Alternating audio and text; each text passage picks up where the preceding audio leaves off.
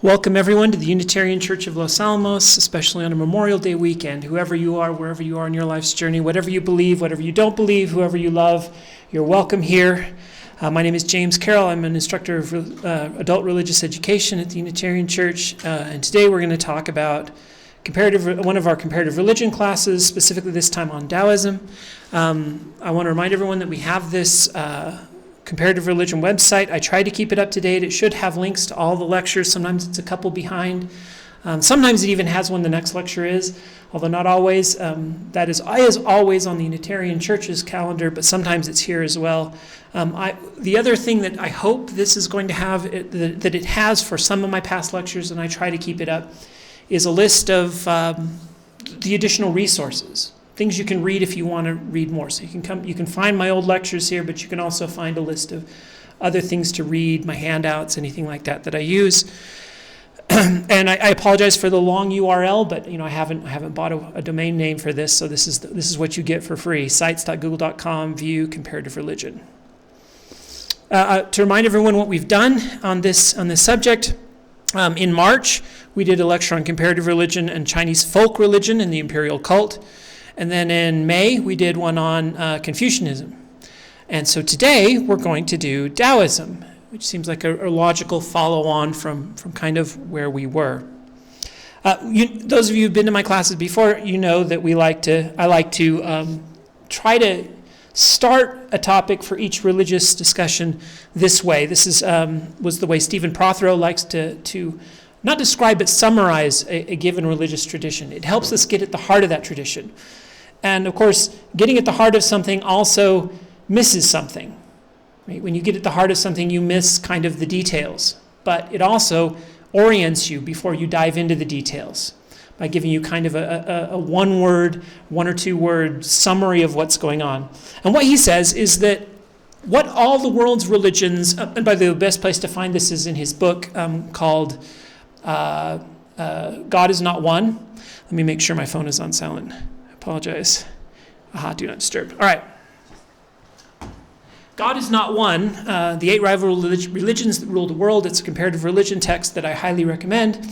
And what he says is that what all the world's religions have in common, they aren't all the same. And there's a modern idea that all religions are just the same. And he says they're not, that they're fundamentally different in many ways. But what they do have in common is that they all agree that there is something wrong with the world. That's a universal human experience. If you just kind of live life, you quickly notice something is wrong.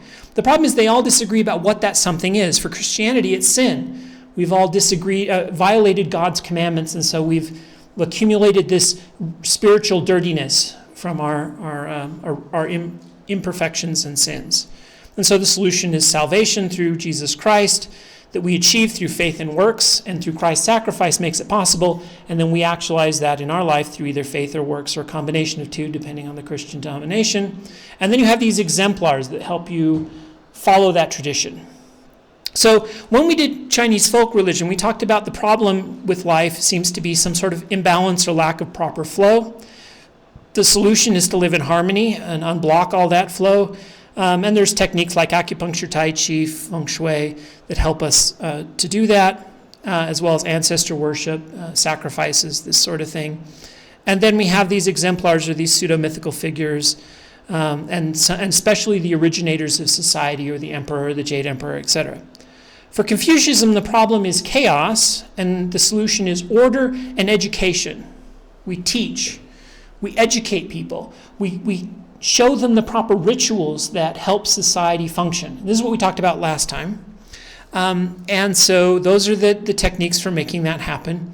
And the exemplars are the scholars, the Confucian scholars. Your professor in university. Those are our exemplars that we should live up to. Our parents, our political leaders, etc. And in that sense, it's sort of a conservative tradition. Daoism is often seen, I think, well understood in contrast specifically to Confucianism. The problem they see is not the chaos of life that is the natural state. So for Confucianism, chaos is the natural state, and you have to use education and society and all this stuff to constrain that and get it back into an ordered state. But for Daoism, artificiality is the problem. And so the solution is to get back to a natural state of authenticity, to unlearn all the things that society has taught us that are actually standing in our way of living an authentic life. And the techniques are meditation, alchemy, wandering, etc. And the exemplars are Lao Tzu and the sages. So that kind of orients us and also helps us see the contrast with this tradition and what we did last time. So how many Taoists are there? Well, it's really hard to say. Just exactly like we said with Confucianism, it's very hard to ask this on a question. If you send a questionnaire around to people in China and Hong Kong and South Korea, and you say, how many of you are Taoist? A lot of them would assume that what you mean by that question is, are you a member of the clergy? And they would click no, because they don't seem to self-identify with a religious tradition in quite the same way we do. So most people don't even try to figure out how many Taoists there are, because you just can't get that information from a survey in the same way you would how many of you are Unitarian Universalists, how many of you are Catholic, how many of you are Protestant. But some people have tried by asking other questions, like what do, what do you believe? And they estimate there's about 5.7 million in China and 3 million in Taiwan, according to the World Religion Database 2020. But these are people who are actually attached to a Taoist institution. In other words, you ask them, are you a member of a Taoist temple? Are you a member of a Taoist community or church? And this is kind of the number who would say yes. However, if you kind of try to assess what they call the believers of diffuse Taoism, there's the number of people who believe in or practice Taoist things, who might have a Taoist priest come for a wedding, that sort of thing. You get a much bigger number, 437 million or in China and 10 million in Taiwan. I'm sorry, that should say in China and Taiwan, respectively. So that's a much bigger number. And this is a rather large group. And so what do they believe? What do they do? Well, they have a lot of influences. Taoism did not develop in isolation, and because it's a philosophy of non-exclusivity. And what I mean by that is, if you're a member of certain Christian traditions, you believe that's the way and the only way. Whereas Taoism has a much more open view in the sense only that there may not be only one right way to believe. You have to belong to this institution or this particular church. It's just a set of beliefs that you may believe is true, but you don't have to attend a specific organization to do it. In fact, in the sense we talked about earlier in its comparison to Confucianism, it's anti-institutional in at least some of its philosophy, although it has institutions. And what that means is that it's willing to pick up things from other religious traditions. So there's a lot of influence on Taoism from Confucianism that it grew up alongside, both as a counter to Confucianism, but also things in Confucianism that it adapted. But it also borrows traditions from Chinese folk traditions, which we discussed 2 months ago, and Buddhism, and even Christianity, especially in some of the later forms. It had made contact with Christianity, and it began to adopt certain Christian forms, especially in its institutional worship and its institutional clergy and that sort of thing. So it has influences from all over. It incorporated things like, from Chinese, especially from Chinese folk tradition, ancestor worship, shamanism, divination, breath meditation, traditional medicine, and alchemy. And we've talked about all of those things in the Chinese traditional, except for alchemy, which we'll cover specifically here. But we talked about a lot of those things in Chinese folk tradition, so 2 months ago. So take everything we did 2 months ago, and it applies, because you could almost use that as a set of lectures on Taoism, because Taoism incorporated a lot of that material. This quote kind of sums that up. Taoism is not a clearly definable religion in the way that the Methodist Church might be. We should consider Taoism religion not as a unitary phenomenon, but it is as an assemblage of intersecting textual and ritual lineages. So, and there's a lot of different textual and linear traditions, and you kind of group them all together and you say this is Taoism, and that's not really, it's a fuzzy boundary between something that is inside that circle and outside that circle, which again is not the sort of thing we're used to dealing with. So it confuses religious studies scholars in the West, because it's not the sort of thing we're used to dealing with, and so we often deal with it poorly. So where did it come from? So it has an origin story, like most. Lao Tzu is probably or Lao Tzu, again, by the way, for all these Chinese words, I know I pronounce them poorly. I've listened to them pronounced in audiobooks several times so I can try to practice. I'm still going to get it wrong. I apologize to all those people who are native speakers. But I also, there are several ways of spelling this stuff. And I believe that the kind of newer, for example, just the Tao, if we go back to Tao, because you'll see me say Daoism and Taoism spelled both ways. I'm trying to pronounce the spelling difference, right, even though it's pronounced the same. You'll see me do both of these. I believe with the T is the more kind of modern accepted usage, I think. The D but is the meaning the new one. Yeah. The T is the old form. So T is old and D is, yeah. So I've noticed that religious scholars tend to use D. I didn't know if that was the older form or the newer form, but I also noticed that things like Wikipedia tend to use the T. So I don't actually know, which I should be using. So I have a mix of some of these spellings. I apologize for that. But let's tell you quickly the story of Lao Tzu, and this is really hard to do because there's actually a biography of his life written. I used to know this. Dang it, I forgot to write it down. When was it written? But it's in, I think, like 100 CE or something like that. And what he did is he took the sources he had for Lao Tzu's life, and he kind of listed everything that we thought we knew about Lao Tzu from these sources, and they're wildly contradictory. From what was his name before he changed his name to Lao Tzu, which basically means old master. That's a title, not a name. What was his name before that? Well, the sources disagree. What was his occupation before that? The sources disagree. When did he live?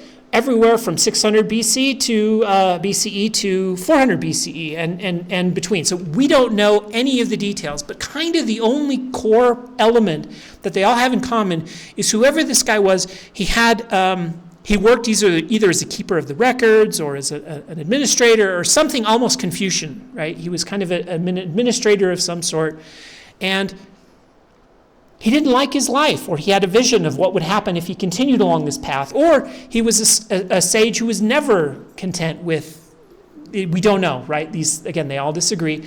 But again, the only thing they agree on is that after that, he eventually got fed up and left.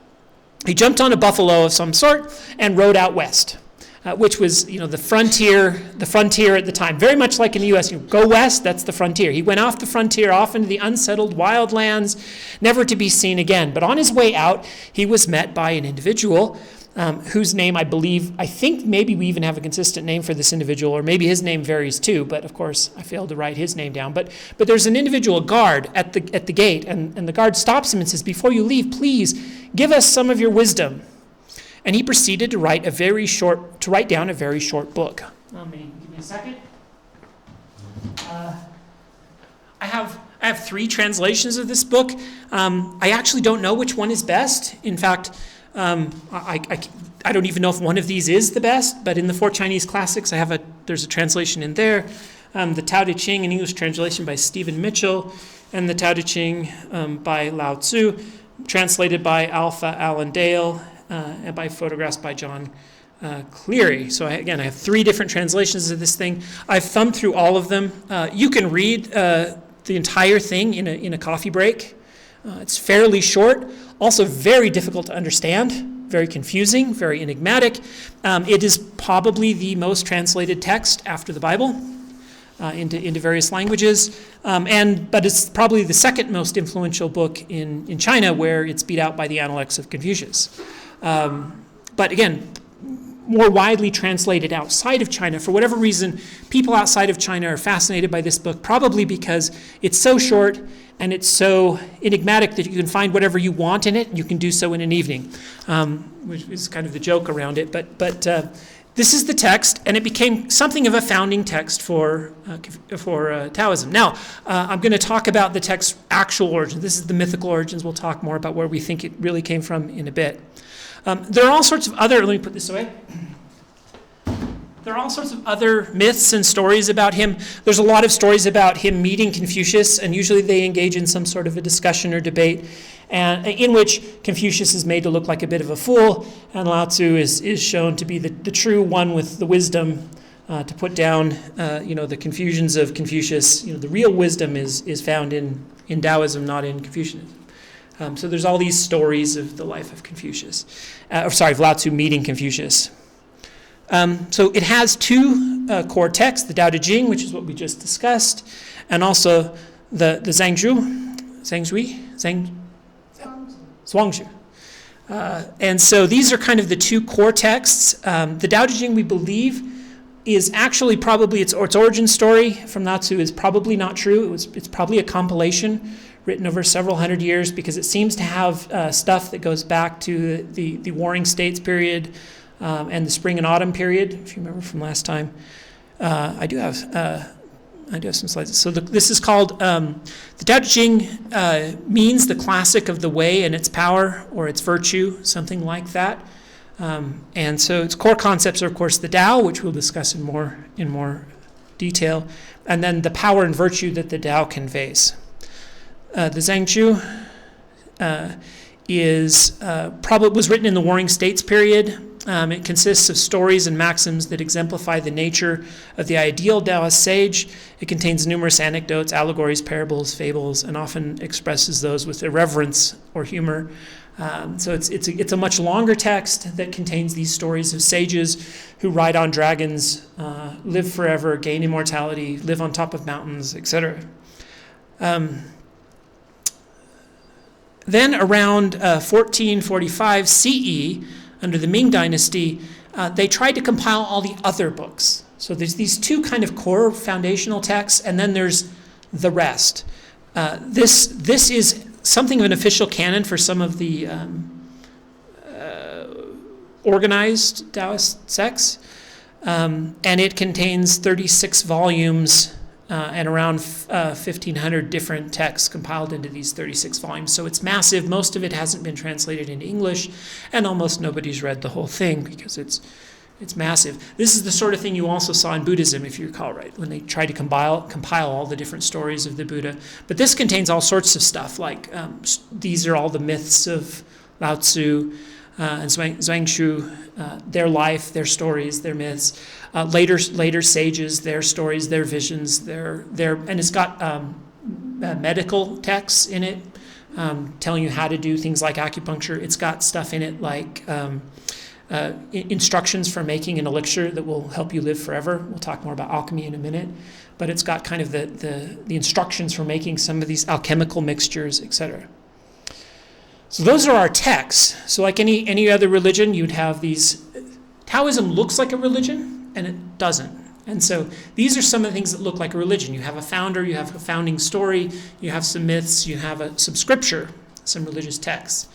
Although I guess the idea of canon, you'll notice this idea of canon sort of shows up after contact with Christianity. So Christianity has this canon. We better canonize some stuff. I don't know how much influence that had, but when we start talking about what Taoists believe, though, there's a historical tendency to describe Taoism in terms of two forms: philosophical Taoism and religious Taoism. Philosophical Taoism is the first two texts, Zhuangzi and the Tao De Ching, and the philosophy around them. That's the idea. And then religious Taoism has all the rituals and the churches and the etc. This is probably not a very accurate way of describing it. Although you will find a lot of comparative religion texts start here. They will often jump right off with, there are two types of Taoism. But this is an antiquated way of doing it that has some polemical power for those who don't like what they see as the superstitious aspects. Right? Philosophical Taoism is the original Tao De Ching and with its philosophy and its deep meaning. And then it gets turned into these rituals and these sacrifices and things, which has nothing to do with the original, right? And so it's this way of kind of poking at the religious institutions of Taoism, and at the same time claiming that the original earlier form was something that a more modern mind could agree with. But this isn't really fair, I think. What I think is happening is people are trying to impose their own view on something rather than understand something. And that's for two reasons. That what they label as religious Taoism actually still has a lot of that philosophical roots to it. And what they label as philosophical Taoism had a lot of this these concepts of the immortals are there from that second text we talked about to the end, right? They're already there in these founding texts. The Tao in the Tao De Ching is very mystical, and religious in its presentation from the start. And so this is sort of an artificial separation, but it's one that you'll see a lot in comparative religious texts. Maybe a better version of this is to talk about organized and unorganized Taoism. There's the unorganized form where people just kind of read the texts and find meaning in the philosophy. And then there's this organized form where you have priests and temples and monasteries and specific organizations and institutions. So what is the Tao? So now we're into Taoist teachings. We've talked about the two forms of Taoism and whether that's a good idea. But now we're going to talk about kind of what is in that philosophy that we've discussed. So the Tao is a word that means the way, the path. And the idea here is something akin with nature. To get back to a natural state, to follow the state that nature naturally follows, to follow the natural path. So there are a lot of kind of Western books, like you get the Tao of Pooh, which is reference to Winnie the Pooh. You get the Tao of Shakespeare. There'll be texts, all sorts of texts like this. And what they all kind of have in common is this idea that we want to find the natural way of thinking about and dealing with these hard subjects. One of my favorites of these is Zen and the Art of Motorcycle Maintenance. This is obviously a reference to Zen, not Daoism, but it very much borrows the Taoist ideal of the wandering, because it's the story of a man. How many of you have read Zen and the Art of Motorcycle Maintenance? Oh my gosh, almost everybody. Not everybody, but almost everybody. So Zen and the Art of Motorcycle Maintenance is this story of a man who takes a motorcycle, and he has to do this kind of engineering work where he has to keep the motorcycle running. But then there's also this artistic wandering flow where he travels up the mountains and from one side of the nation to another on this wander where he has these philosophical realizations. The natural wandering is very Taoist. It's this concept of the natural way. I think there's a modern concept of flow state. How many of you have heard of flow state? Less, but quite a few people. Flow state is this term described. How many of you have been in the zone? When you're doing something, you're really focused and time just kind of disappears and you realize that you've just been doing this thing and you're in the zone. That's flow state. And so flow state is a modern pop psychology approach to, I believe, getting at something similar to what Taoists talk about when they talk about when you are acting according to the Tao, you end up in the flow. And so it's a bunch of techniques for living life that way.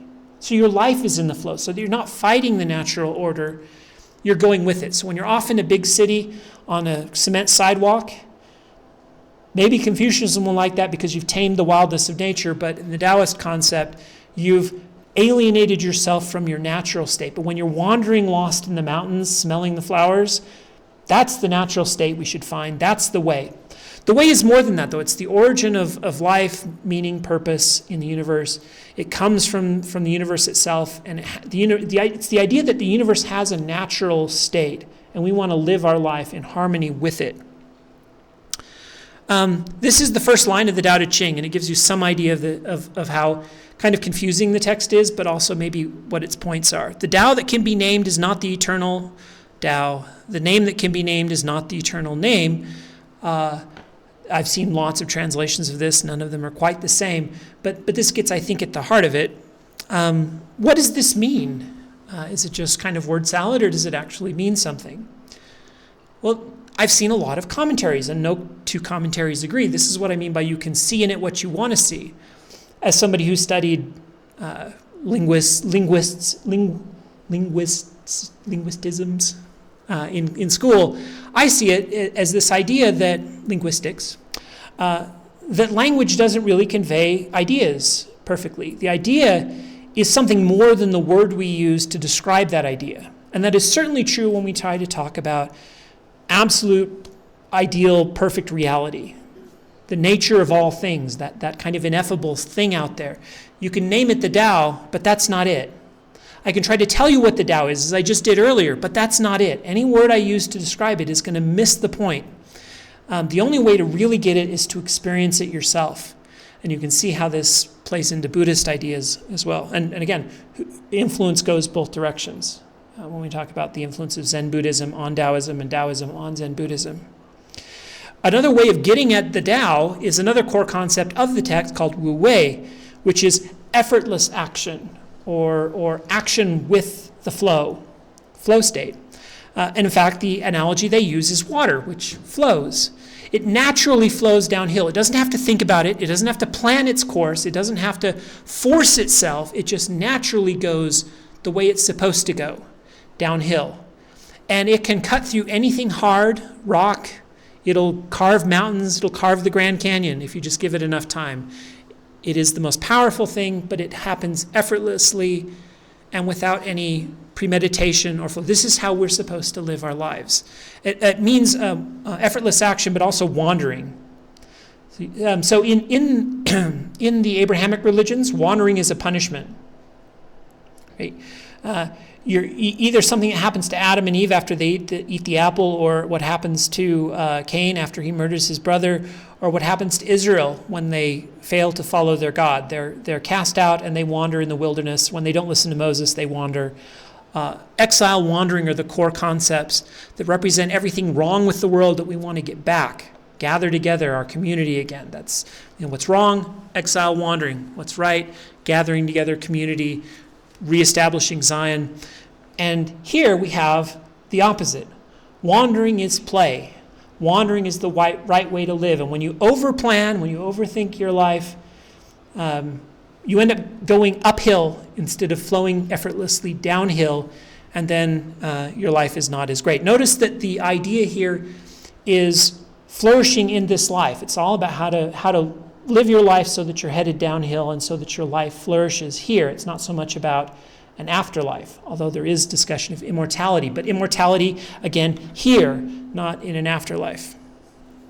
There's a famous dream from Zhuangzi. Again, I say that wrong. Say it again for me.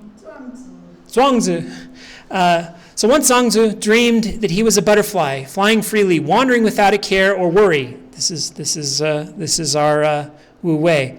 And by the way, this is not a translation. This is just an attempt to summarize a story. My own attempt, badly. Wandering without a care or worry, drifting with the breeze, drinking of the flowers. This is the natural way to live. And then he woke, and he did not know if he was a human dreaming he was a butterfly, or a butterfly dreaming if he was a human. So this gets at the other concept here, that part of our problem has to do with dualities, thinking that being a human is better than being a butterfly, that it's different than being a butterfly. And so this breaks down both the dualities, but also it shows the idea of wandering according to the natural flow. These ideas have made their way into modern Western thinking. And so in Taoism, the ideal state is the sage. This is in contrast to the scholar of the Confucian. The ideal person in Confucian thinking is the scholar, and in Taoism, it's the sage. And of course, in Star Wars, he's channeling the Taoist sage when Yoda says, "You must unlearn what you have learned." The true, genuine person, the person of truth, or the Taoist spiritual master is the sage. Yoda is the ideal sage, and he's telling you that the way to become a sage is to unlearn what you have learned. And this is in contrast to the Confucian idea that the way you become a scholar, a true-hearted human, is to learn the right way to be. You go to school and you're educated. Well, in Taoist thinking, going to school and being educated sucks the natural life out of you, and you have to unlearn all that so that you can find your true spiritual power. And then once you do, you'll align yourself with the way of the Force. Let go, Luke. Close your eyes. Use the Force. Again, all of this is Taoist thinking.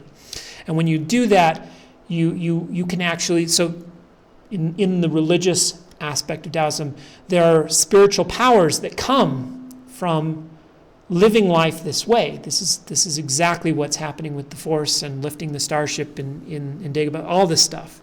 You gain those spiritual powers by following the way, by letting go, by relaxing, using the force. Crouching Tiger, Hidden Dragon is another one of those modern movies. I'm using the ones that people in the West are familiar with, but a lot of us in the West have seen the movie Crouching Tiger and Hidden Dragon, and you'll notice how they fly. They don't perfectly fly, but they lightlessly, effortlessly walk on tiny twig branches because they have no weight.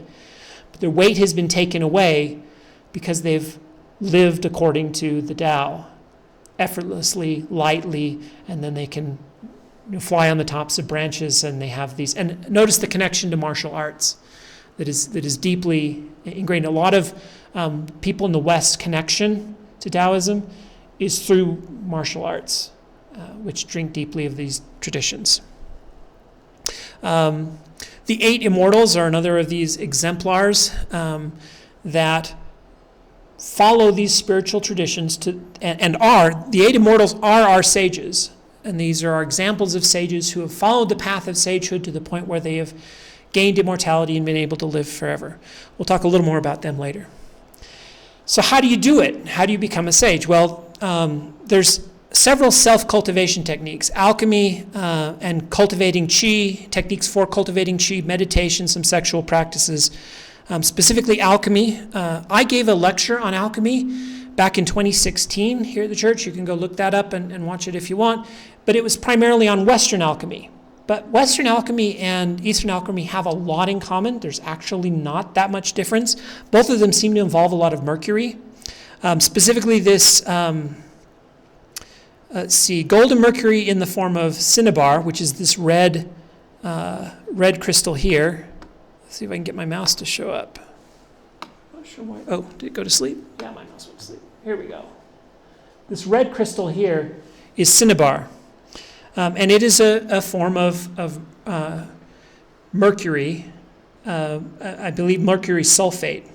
And so if you've seen Harry Potter and the Philosopher's Stone, you remember that red stone is the Philosopher's Stone that grants immortality. It's that red rock. This is kind of where that comes from.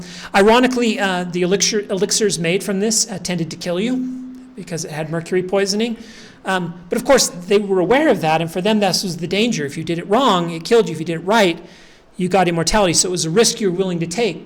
You risk death to find immortality and eternal life.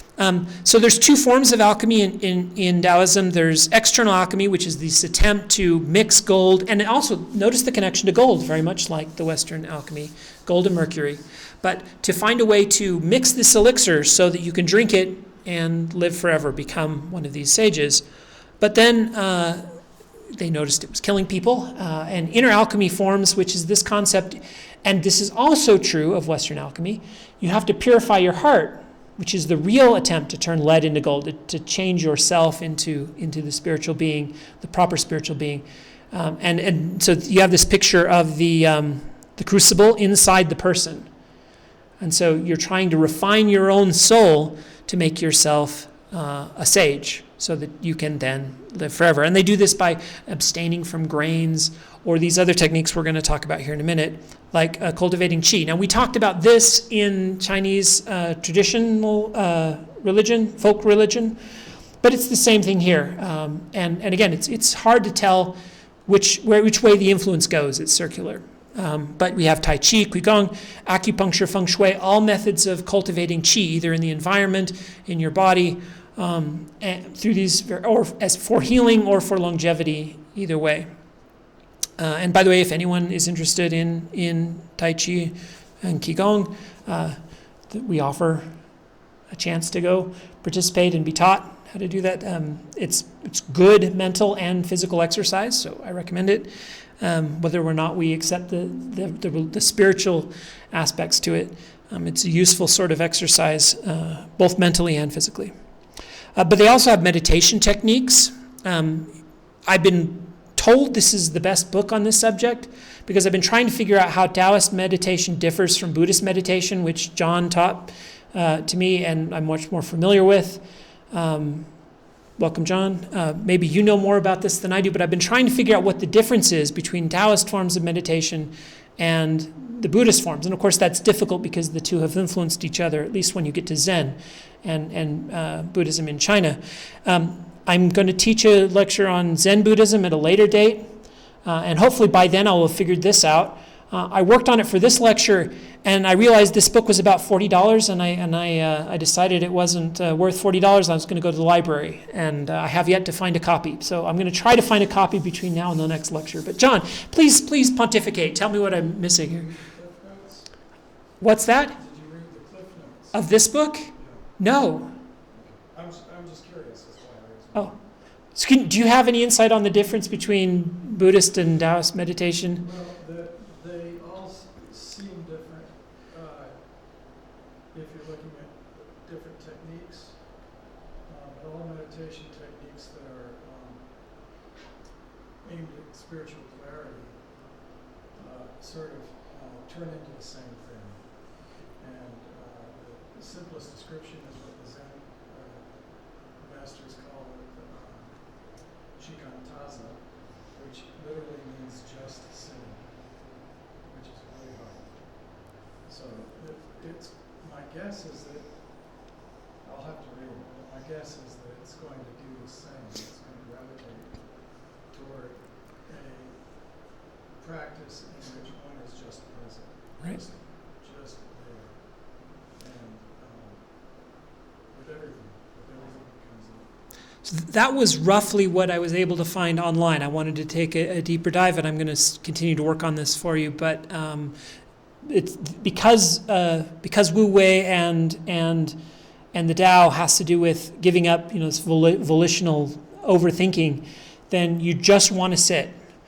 And I believe the theory is that what we see in Zen Buddhism of the just sitting is an influence on Buddhists from Daoism, whereas the earlier Buddhist meditations tended to be about focusing on the breath at the nose and things. Yeah. Whether if it's a yoga practice or eventually you're just trying to make contact with what is. And the simplest thing you can do is just to shut up and pay attention. I am going to mention this, but I'm not going to spend a lot of time on it. But there are sexual practices associated with also becoming a sage. Very much we saw those in Hinduism as well. But in this case, they're a little different. There's the ki and the which we've talked about before, the chi, which we've talked about before, life force, but also the jing, which is some sort of an essence. And both chi and jing are stoked through sex, but they're lost through, they believe, through the ejaculation. And so these techniques have to do with having sex without ejaculating, primarily, and that would allow you to cultivate the ji and the jing, in the chi, and help you gain vitality and long life. By the way, this comes from just noticing that after you ejaculate, you lose some life force because you can't do it again for a while. And so this is a very common sort of thing that we see show up, not just in Chinese practice, but in many different cultures, is this idea of cultivating sexuality without orgasm and practicing that, and that also helps the whole thing last longer, etc. So again, this is one of the things that shows up in Taoism, but it's not a common or big deal. In fact, in most Chinese versions of this, it's been expunged. There was a period, we believe, in Chinese history that became much more puritanical in its views about sex, and a lot of this was expunged, and we still have some references to these earlier practices in Japan, in Japanese Taoism, which we believe is after it's been expunged from Chinese Taoism. Of course, you could argue that the Japanese added it to Taoism, so this argument goes back and forth. And like I said, in China especially, this part of it is not a very common or big deal, is at least my understanding, but it exists, but it's not something we should focus on. But I need to mention it because it comes up in this topic. Taoist deities is a very complicated subject. We could spend forever. They have a full cornucopia of deities, from kind of the three masters to the eight immortals, to the Jade Emperor. They have, and including Buddhist bodhisattvas and Buddhas, all of these deities, they're just kind of willing to suck up and incorporate, because for them, these things aren't exclusionary. So all of these Chinese folk traditions are just part of Taoism, but they're part of Buddhism, and that's okay. It's just We believe in all these deities, we talk about all these deities, and we worship them. There's the three pure ones, and one of them is, I thought I had the descriptions here, but I took them off. One of them is this kind of the origin of the universe, the creator deity, who then delegates that to the Jade Emperor at a later date. So you also have the Jade Emperor. You have they're sometimes called the Taoist Trinity because there's the three most important deities, but it has nothing to do with the Christian Trinity. But you have all these others, the Jade Emperor, Xingwang Mu, the Queen Mother of the West, and one of my favorites is this Mazu, I think is the way you say her name, and Religion for Breakfast had a whole video on her cult, which is fascinating. Go watch it. I highly recommend this. And she's basically a woman who, according to the story, saved her brothers and her father during a typhoon from drowning, using her exceptional powers as a Taoist sage, and then became deified after that. So you have Lao Tzu himself, who has been deified. So humans who become immortals then become worthy of worship, and you can importune them for help and aid, etc. When we go into organized Taoism, so remember the other way to do it is unorganized, which is just the philosophy, the traditions, the beliefs, and organized Taoism has actual religious sects and organized priesthoods and organized monasteries, the sort of thing we would expect in a Christian denomination. It's much more familiar ground for kind of those of us in the West. There are two main sects, the Celestial Masters, sometimes called Orthodox Unity, and Complete Reality or Complete Perfection schools. The Celestial Masters have several terms: the Way of the Celestial Masters, Heavenly Masters sect, the Way of Orthodox Unity. And they are led by the 80-somethingth Celestial Master, who is a descendant kind of the first Celestial Master, Zhang Doling, and he, again, like any self-respecting Taoist, went out into the wilderness, lived in a mountaintop on a cave, and there he had a vision of Lao Tzu, who came and told him that he was actually the personification of the Tao. So now the Tao has been turned from this impersonal force into this being that is personified, that you can talk to and speak to, very much like the incarnation of Jesus personifies a much more distant God of heaven. So God has, the Tao itself, that impersonal force, has been embodied in Lao Tzu. Lao Tzu has appeared to Zhang Doling and given him extra information, which has caused Zhang Doling to write his own scripture, which is a commentary on the Tao Te Ching.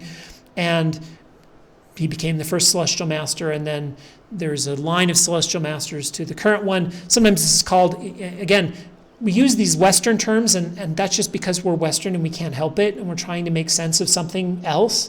And we do it by analogy to the things we know, but this is sometimes called the Taoist Pope, because we have a leader of an organized sect who has authority over that sect in the same sort of hierarchical fashion that you see in Orthodox and Catholic Christianity, as opposed to Protestant Christianity, which has a much more fluid, anyone can be a leader. Well, in that form we have Guizhang Diao.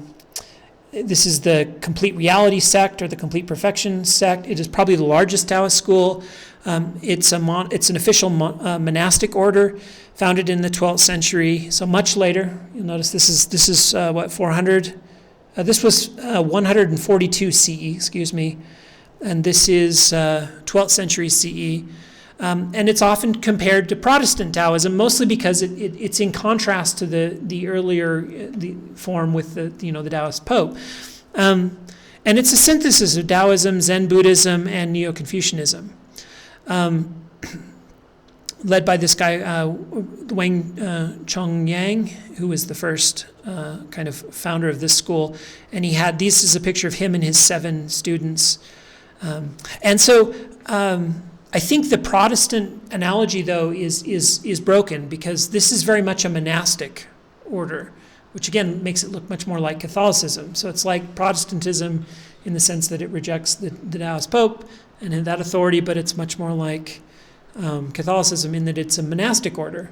So it's all about monasteries. It runs, for example, the White Cloud Monastery is one of the most famous temples in China, and it's this It's a complete reality, complete perfection school, Taoist monastery. And the other thing I want to note is that things like weddings and funerals will often be performed by a Taoist priest. So they have priesthood, they have ordination. These schools have priests and priestesses, I might add, and ordinations, and they will have these official members of the clergy who will come and perform rituals such as weddings, funerals, that sort of thing.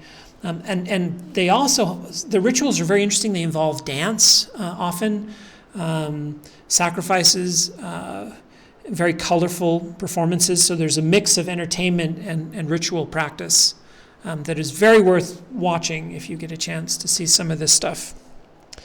If you don't mind now, I want to make just a few personal reflections because, I think to go back to understanding Taoism as it stands in contrast to Confucianism is a good way to see it. You must learn what it means to be a scholar, and that is how you live an ideal life. I'm a Confucian. You must unlearn these things you have learned that prevent you from living a natural life. I'm a Taoist. You can see those as opposites, but a lot of people in China ascribe to and believe in and follow both. Even though they're opposites, they seem opposite. So how do you do that? Well, it seems to me that wisdom, real human wisdom, is about knowing when each is required in life. So I find great wisdom, or I found, I think, great benefit to my life by studying both of these traditions. Because there are times in my life where I just need to let go and go out in the mountains and reconnect with who I am, with nature, and with natural life and living. And there are other times in my life when I need to buckle down and get work done and not lose my job so that my family can be fed. And there's times when I meet a new person and I need to follow a ritual of shaking their hand. And there's other times when I need to break ritual propriety to do something important for someone else because it's the natural human-hearted thing to do. Now, I've said this before because I think it's an essential concept. We're very, especially in liberal parts of the West, very attuned to environmental issues. And so for us, return to nature and getting away from all this artificial stuff is very important, and we see it as salient. Confucianism teaches us that nature wants to eat us. Do we really want to return to nature? Because nature is actually a state in which you die of malaria and you don't have vaccines, and and children die of polio, and this is nature. Nature is the place where the cougar wants to eat you. On the other hand, do we really want to live an artificial life in front of a computer all day? So again, it seems to me, and I hope you will allow me this indulgence of kind of my own personal insights from these, but it seems to me that, again, real wisdom is knowing that both are true, but figuring out how to, and in which situation each are called for. When is filial piety called for?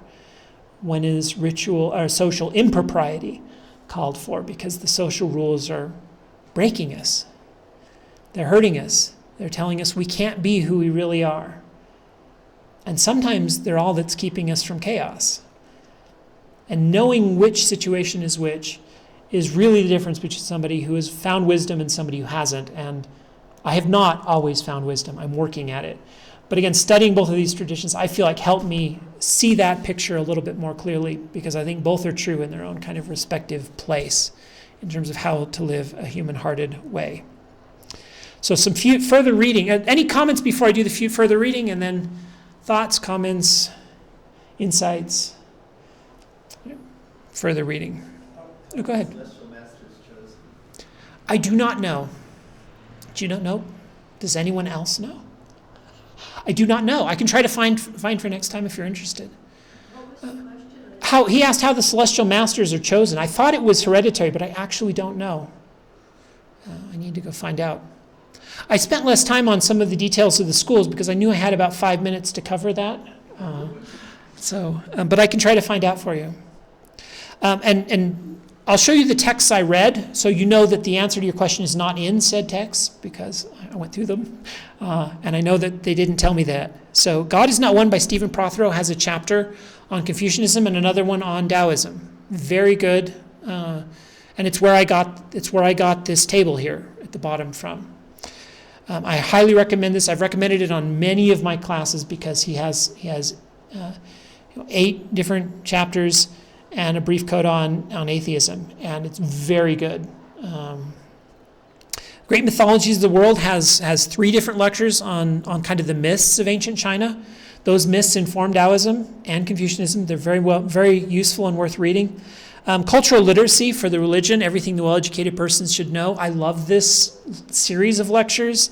Lecture 10 is on Daoism, and so I used Lecture 10 extensively in getting ready for this class. Harmony, Nature, and the Way, Lecture 10. And of course, Lecture 9, Confucianism, Rituals and Relationships. So I've used all of that. And then, by the way, Chinese Religion Cosmology, Lecture 8, that's where I got the folk religion class from. So I made a lot of use of this. This is a history lecture more than it is a comparative religion course. In fact, it's almost none of it is actually on religion. But part of Chinese history is its religious history. And so lecture 1, 2, 3, 4, 5, 6, and 19 all have information on Confucianism and Daoism, especially lecture 5, Confucianism and Daoism. But this entire series is a great series of lectures on Chinese history. So I listened to all of this, all of this, all of this, all of this, and all of this, and a lot of this. Religion. I've wanted to start recommending other YouTube channels. As I said last time, there's a lot of garbage on YouTube today, and so I want to show you some of the people on YouTube who are actually producing good content that is reliable when it comes to religion, especially. And Religion for Breakfast is an excellent source. His videos are short, 15-minute introductions. What is Daoism? He's got, I think that's a 25-minute video, whereas I spent an hour.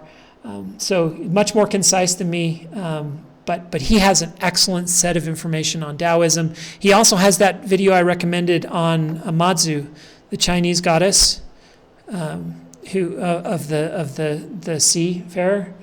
He has a whole lecture, for 12-minute lecture on her, which is excellent. I highly, highly recommend this. All right, so next time, I told you we're going to do Zen Buddhism. We probably will, but I wanted to at least bring up some options. Maybe we'll do a raise of hand after we're done here. But we could talk about Zen Buddhism, because now that we've covered, Zen Buddhism is, I believe, a good way to describe it, is what happens to Buddhism when it enters China and comes in contact with Confucianism and Daoism. And then goes to Japan and comes in contact with Shinto, which raises the point. I could teach a lecture next on Zen Buddhism, or I could make sure we cover Shinto first. But of course, I could keep doing prerequisites for this forever and never get to it. So Shinto is another option. But I also don't have any videos online about Islam, which is a huge hole, right? I mean, Islam is incredibly important. So Islam, I really want to at some point cover cults and unhealthy religion. And here I'm talking about things like Charles Manson, Heaven's Gate, Jim Jones, David Koresh. And I want to talk about what it is about religion that has the potential to go so wildly wrong, and what those things look like, what they have in common, what techniques they use to convince people to do these crazy things. I think it's very important for understanding the human psychology of religion. We've also covered the first 5 books of the Bible. The next 3 come in a block, just like the first 5 came in a block, and that's Joshua, Judges, and Ruth. So at some point, I should go back and do Joshua, Judges, and Ruth. I also taught at BYU a class on the Book of Mormon. I've been itching to redo that class with my updated understanding of the text. So that may not be something that you're interested in. Maybe that's something I do on my own side project and don't do it here. Or maybe I do it here and some of you would be interested in coming. I don't know. So I wanted to put all that out there and then point out, most likely next time will be Zen Buddhism, but I at least wanted to get some feedback here. I'll end the class and then we'll have a discussion, and I'm happy to present to you what you want to hear. So I'm curious what topic you're most interested in next, and I will adapt to that. So that's it. I hope that what we've shared today will help you in your own life's wander and journey, and I hope to see you next time. Thank you for coming. All right, any burning comments, questions? All right. So, James, maybe you said this at the beginning and I missed it, but approximately when do they think Taoism originated? So Chinese folk tradition goes back as far as we have any sort of record. It is very difficult to differentiate Chinese folk tradition from Daoism, but Daoism proper seems to require the Tao De Ching. Right? The Tao De Ching is kind of this foundational text. The Tao De Ching depends on Lao Tzu. The traditional story of Lao Tzu is that somewhere between 500, 400, 600, 400 BCE, this guy wandered off into the wilderness and left this book behind. So that gives us the kind of those early starting dates.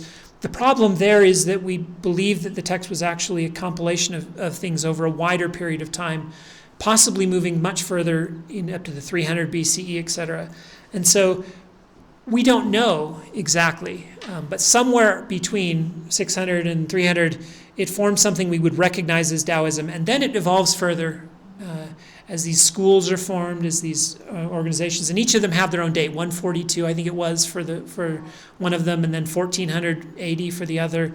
And so these Daoism, the one thing about it, it embraces change as a theological, philosophical concept, and it itself changes as it interacts with the different environments around it.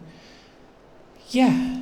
So it sounds like that he, Lao Tzu, whoever that was, wasn't really a teacher in the sense of like Jesus wandering for 3 years or the Buddha for how many, 40, 50 years, that he did something and then left a book.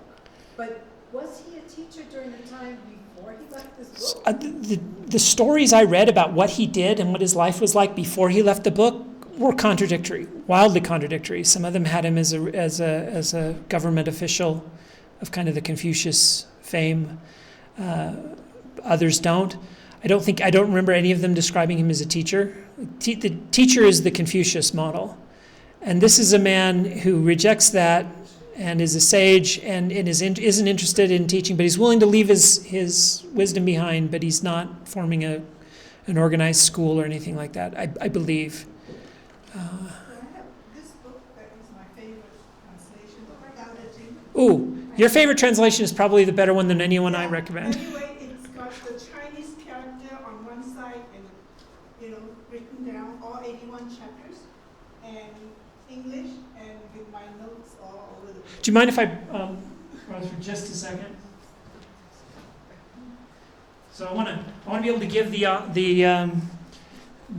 authorship for people online, right? This is the Tao De Ching by Lao Tzu, a new translation by Gia Fu Feng and Jane English. It's a long time ago. Yeah. It was published in the 70s or something. So I'm going to put this where the camera can see that, since I don't have that in my list. But I might go in the notes and add this to my recommended readings. There's, so I have that one, and I have a little paperback that my mother gave me when I was like 15 or something, which just fascinated me. But the one that I acquired most recently, and I really like is a translation and interpretation by Ursula K. Le Guin, the modern writer of speculative fiction. So Ursula, say the name again? Ursula K. Le Guin. Ursula K. Le Guin is... She died just a couple years ago. And so she did a translation and commentary of the Tao Te Ching that you liked, okay? What's the name of the book? It's The Tao Te Ching by Ursula. Or it's actually, she calls it Dead Tao Te Ching. The Tao Ching, she changed it around. Yeah. Tao is the Tao. Yeah. Okay. Anyone else? Thank you all for coming. If you're willing, stick around a little after. Let's have a conversation about what we want to do next time, and I'll see. Do all of them. I want to do all of them, but what do you want to do first?